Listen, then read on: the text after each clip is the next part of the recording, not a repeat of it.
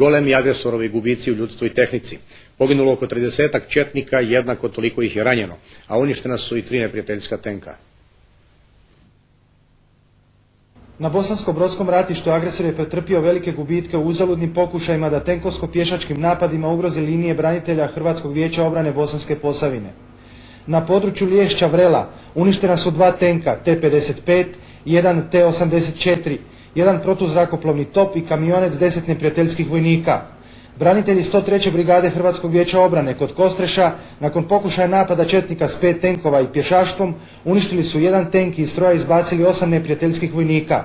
U nemoći i bijesu agresorska artiljerija ponovo je razarala Novo Selo, Sjekovac, Kolibe i Korače. Evo vidite čim nas četnici tuku, samo je bila neispravna pa nije eksplodirala. Vraćit ćemo im.